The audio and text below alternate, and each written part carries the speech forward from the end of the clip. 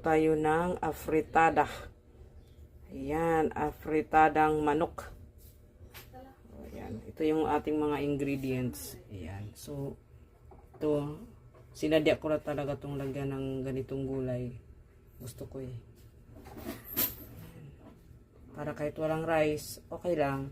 And then, yung manok natin ay ano yan, walang balat. Binabalatan ko. Ayan. So, meron tayong ito, black pepper and of course, ang ating mantika. Ayan. Ayan, so painitin na naman natin ang ating kawali. Ayan, ito na naman yung ating paboritong kawali. Ayan. So, dahil mainit ang ating kawali, lagyan na natin ng mantika.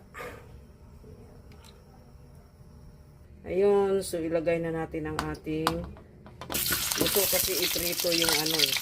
Ano eh, iprito yung patatas at carrot.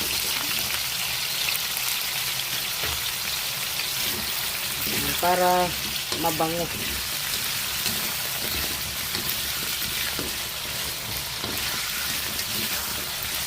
Ito, brown natin kunti.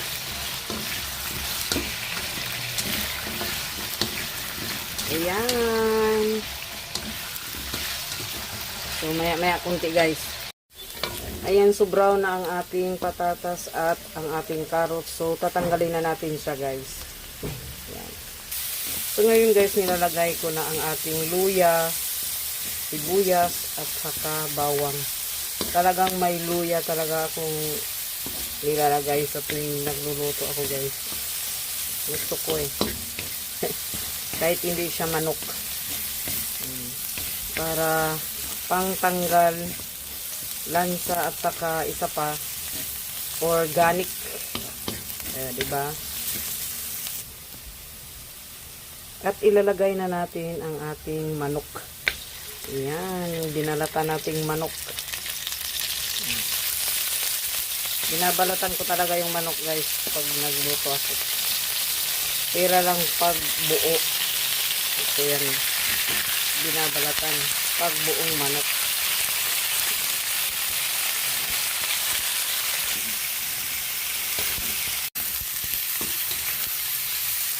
Ayan. Kasi hindi naman pwedeng balatan yung buong manok pag naggawa ng halimbawa pinaupong manok, lechon manok. Ayan. So ito na, maya guys, takpan muna natin ito.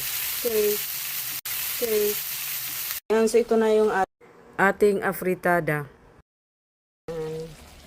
Ayan, so nilagyan na natin ng gulay. Ayan, ang sarap. Gusto ko kasi may ganito eh. Afritada na may pichay at repolyo. Ayan.